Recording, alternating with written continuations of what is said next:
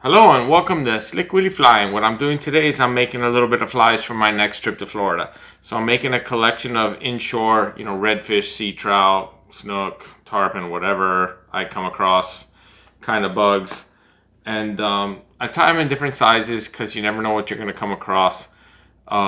This one's on a B10S. This is a Mustad 34007. This is a size 4. That was a 2. I tie them in different colors. I tie them in different sizes. This is also the Mustad hook. This one has brass dumbbell eyes, size large. This is bead chain. I want to have variety in my box. You never know what the situation is going to be on any given day, so you have to be ready for everything. So I'm going to tie another one very similar to this one, which is a little bit shorter. I'm going to leave out the hackles. Easily you can add the hackles. We'll talk about that. You can use a variety of different materials to make this, and we're going to talk about that also. And yeah, I say we talk materials real quick. So what do I have for materials? Well, the first material is my cocktail. Excuse me. For the body, I'm going to use the same hook, the 34007 with bead chain. And for the body, I'm going to wrap the body with this EP brush. This is, I don't have the brush out, but I'll get the exact when I get to the tying. I'm going to use a little bit of this Shaggy Dub tan. I'm going to use Ice Shimmer in, this is called some kind of shrimp. Shell Pink. It's called Shell Pink. And I'm going to use, for the wing, I'm going to use pink deer hair. Probably gonna pluck out either an orange or a pink marabou feather for the tail, and you'll see what I mean here in a second. So yeah, I'm going to prep a little bit of materials, have another sip of my cocktail, hopefully not missing my mouth. And let's change the camera angle and let's tie a fly. Okay, so I'm starting just some black thread.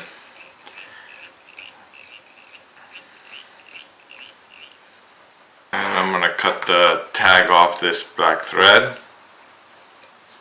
I decided to go with a size 2 hook, just because it's my favorite size and it's probably easier to show on the video. So little super glue, because I don't want the thread to spin. And now we're going to put in the bead chain eyes. The position for the bead chain eyes, it's about 1 bead chain length to the back. And you notice I didn't even wait for the super glue to dry. Doesn't hurt. It helps the bead chain. And the most important part here is to go over the hook and under the bead chain. Over the hook and under the bead chain.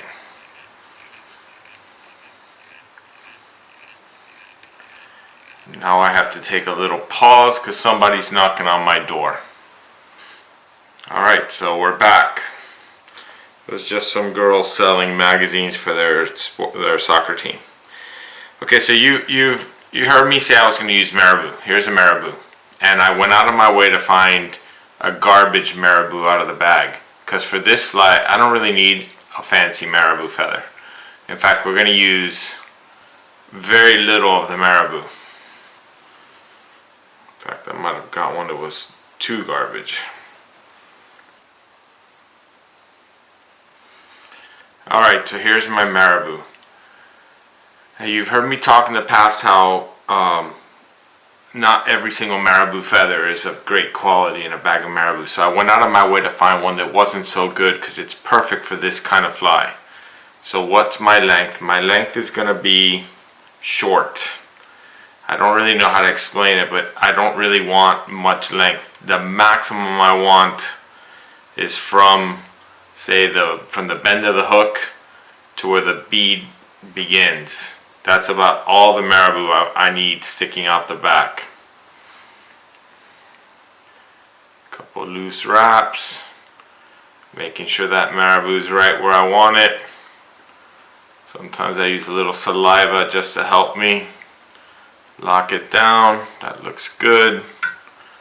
And now I can use the remaining feather to help build a little bit of a stable body. Just gonna trim it so that it ends up nice and even with my dumbbell eyes, and lash that tight. So the next material that we're going to put on is Shaggy Dub, because this is, when this is in the water, the part of the fly you're looking at right now is going to be the bottom. So I just pull out a clump of my Shaggy Dub, and you're going to lose a few. It's impossible. This stuff is just wild. I'm going to go ahead and put it as best as I can on the hook, on the thread, I'm sorry. Pulling out any crazies. And my plan is to get this right on the bottom of that hook shank. Or in this case, what looks like the top of the hook shank. And lash that all in just like that. Perfect. Alright, beautiful. So now what I'm going to do is I'm going to use a little bit of EP brush, I'm sorry. I had shown you this shrimp dub, it's called shrimp brush, I'm sorry, in clear. But I've decided to make a little change just because I don't want every single fly in my box to be exactly the same. And instead I'm going to use the exact same material, but I'm going to go with pink. So I'm just going to pull one out because I don't have one started.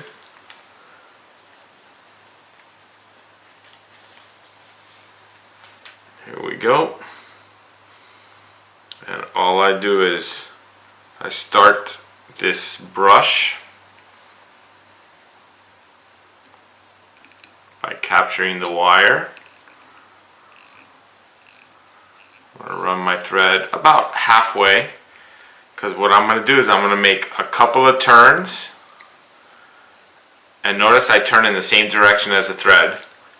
A couple of turns, drawing the fibers back as best as I can, not on top of each other. I do not want the turns to land on top of each other.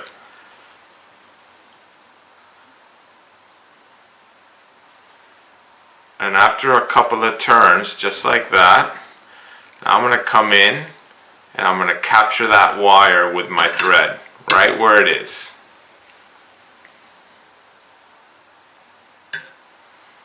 Which is sometimes a pain. I don't like to trim off pieces of the brush. The brush is not cheap and I end up with waste when I do that. I hate ending up with waste. Okay, at this point I like to take a little pick or a needle or something and just pick out the fibers, making sure the fibers aren't super trapped. Alright, so now it's silly legs, and I didn't get them ready like I thought. So 2 silly legs. You've heard me say in the past I like to trim them off of the packaging instead of pulling them so that they don't get destroyed. Just like that. Same principle here. We're going to put them on the thread about even, putting them onto the back of the hook. They usually find their own side here, just like they're doing now. And then I like to pull them a little bit on an angle. If I can grab them. A little bit on an angle and downward, because then they're going to end up where I want them. I hope you can see that. But now they are locked in right where I want them. Perfect. Now I can get my thread out of the way again. Try to get these legs out of the way. And now it's a couple of turns again. drawing the material forward.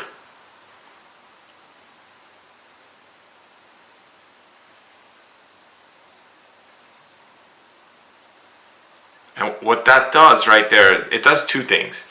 By having brush on the fly before I put the rubber legs, it makes the legs kind of splale wide, like they would look on a crustacean. They're not going to come right out the face, right out the front. So they're going to be a little bit out the side of the body, and they're going to be angled in the right direction, the way I want them.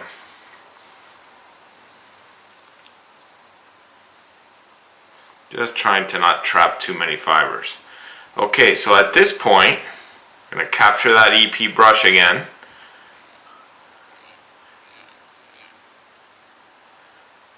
Get it out of the way again. And now we're going to put in that ice dub shimmer. Now you got to remember how this fly is going to swim in the water. This fly is going to swim, this is the bottom. So we want the shimmer to end up on top. So the easiest way for me to do that is either to turn the vise, or in this case I'm just going to go ahead and flip the fly.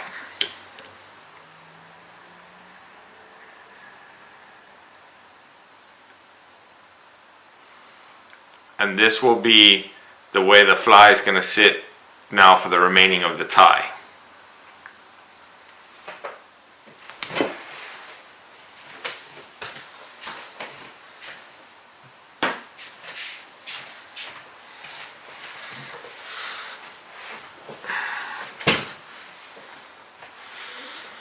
Okay, so what I like to do is, again, I do the same technique. I put this the shimmer on the thread, and I bring it right to the top of the hook, and I can actually lock that in nice and hard right there.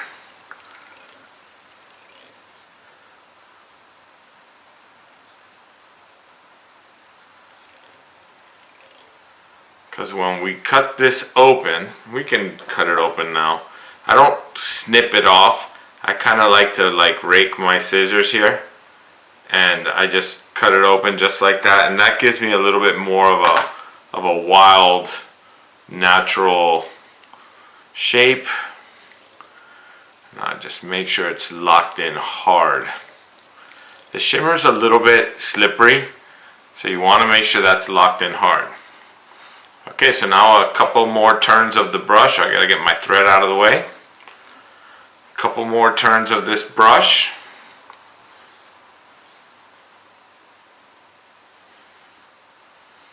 And I'm done with the brush. I can lock that in right there.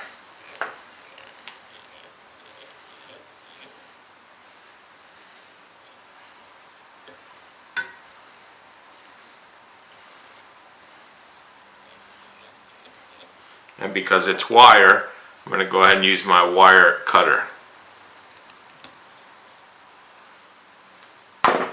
And make sure that tag is down and locked in nicely. Perfect.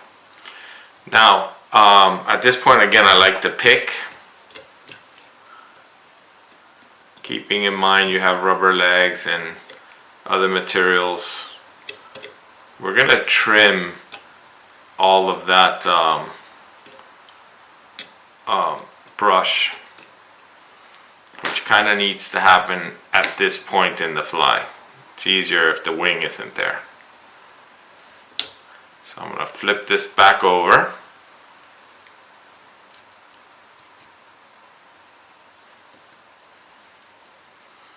First thing I'm going to trim is the rubber legs, just to get them trimmed up. I don't want them super duper long, but I would say double the length of the fly. Remember, they're rubber legs. If you pull them hard, they end up too short. So I'm just pulling them enough so that they're straight, and that length looks about right. So they're cut. Now right down the center, keeping in mind that you have Shaggy Dub in there, you do not want to cut all your Shaggy Dub off, but you don't want any of this material right down the center. I just pull some to each side, and then I take what's right down the center. Now from the sides, I just want to give it that crabby look. So I'm just going to kind of trim up some of the sides. On both sides. Being really careful not to cut my legs.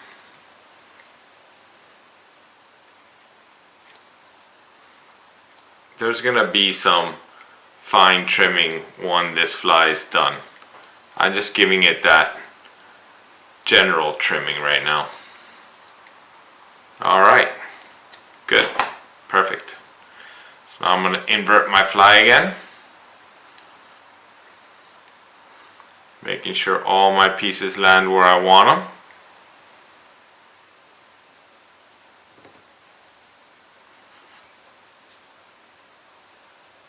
And now it's time for the deer hair. So I put the thread behind the eyeballs. Got a little bit of a mess going on here, but that's alright. Clean up after. So for deer hair, we decided to go with pink, so I'm using pink deer hair, just deer body. And I'm not going to do any stacking. I want it to have this kind of a wild look to it. So the first clump is probably my most important clump and my largest clump. The first clump, these tips I never want to trim off. These tips I want them to remain. So it's important that they end up where I want them. I did remove all the shorts, and if there are some crazy longs, I just try to restack them or just pull them out, whatever. I don't want crazy long. I want it to end up something like that. I love this, you know, multicolored look to this. So my length. I want my length to be somewhat long, but I have to have enough to tie in. But I do want it to have some size to it, some bulk to it. And I would say that length right there, about 1/4 of an inch past the hook point. I like that length right there. So now I just pinch it hard in my fingers, and I'm going to capture this behind the eyeballs, behind the bead chain, with 2 loose wraps. Now I can pull straight down, and I start cranking this tight. Oh, that's a disaster. Which doesn't normally happen when you're using 220 denier. But hopefully I've cranked down hard enough on that that it's not gonna let go.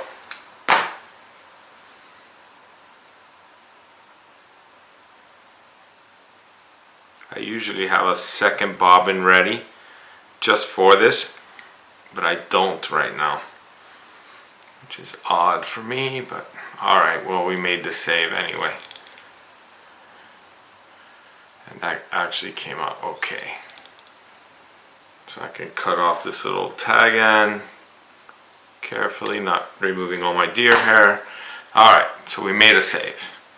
So now what I'm going to do is I'm going to draw up in sections the deer hair so that I'm packing it behind the eyes.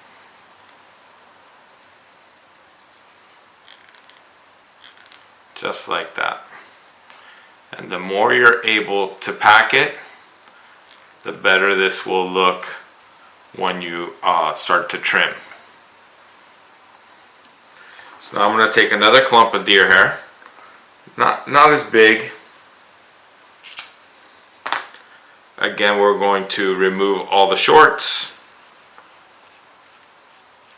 If you don't remove the shorts, you end up with massive amount of bulk, and they don't really serve any purpose for you. So I remove all the crazy longs and all the shorts. Now here, the length isn't really that important, because the majority of what I'm about to tie on here is going to get trimmed off.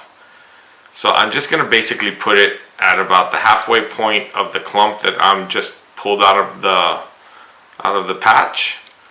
And again, behind the eyes, a couple of loose wraps. Now I start to crank this hard. which will flare it. It's not really spinning because it's too much material on there for it to spin. But what's important, when I start to draw this up, I stay in front of the eyes. I still haven't gone to the eye of the hook side. And I'm just drawing everything up and everything in front of those bead chain eyes. And this is what's going to give me that awesome looking head. Alright, so now I can bring my thread in front of the bead chain eyes. I'm going to give it one last clump. Doesn't have to be a big clump. I'm going to give it one last clump, and this last clump is going to end up in front of the bead chain.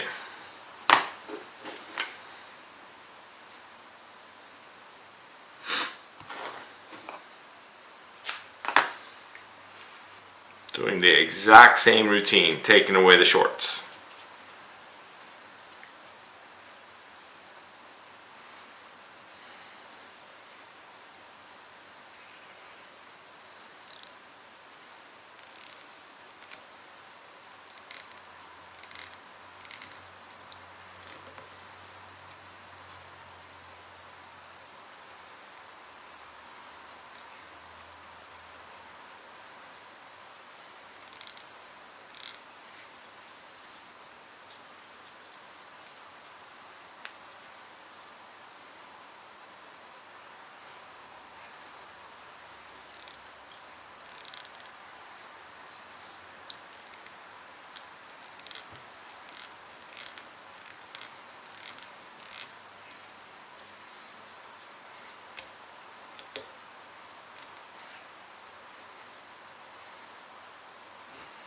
Okay, now it's just a whip finish and a trim job.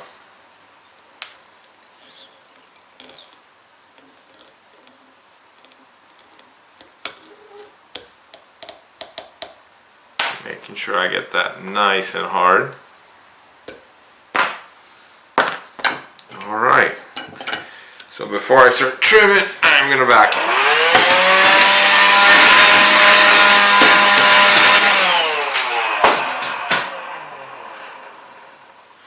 Okay, directly, anything that ends up under has to go. Anything that ends up pointing in the wrong direction has to go.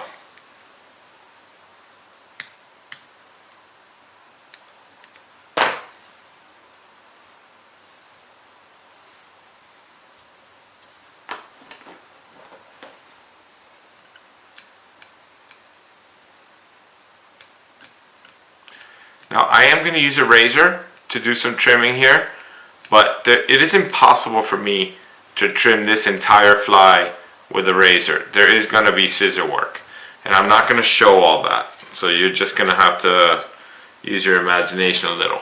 What I like to do, if I could find one, I like for the fly to have this kind of a sloped, ow, stabbed myself, a sloped head, but I'm trying to not remove that first clump, the tips, because I think the tips look great. So what I do is I come in and I basically go even with the eyes, the bead chain, and I kind of just rake it on an upward angle, and I try not to go too far because you can't see what you're doing here. So I'm just going gentle, and voila. Remember, do this slow, because once you cut it, you cannot put it back. You know, it doesn't take a lot of effort to do this, so you have to be very careful. Better to cut short and cut twice than cut long.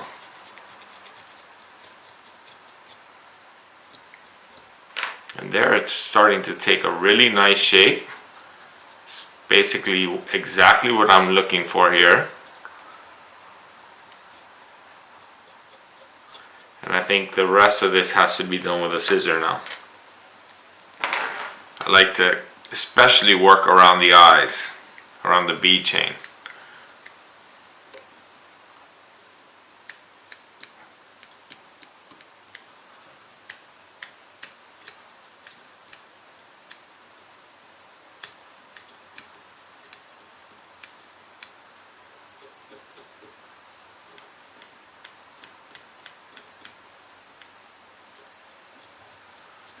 Oh, that came out really great.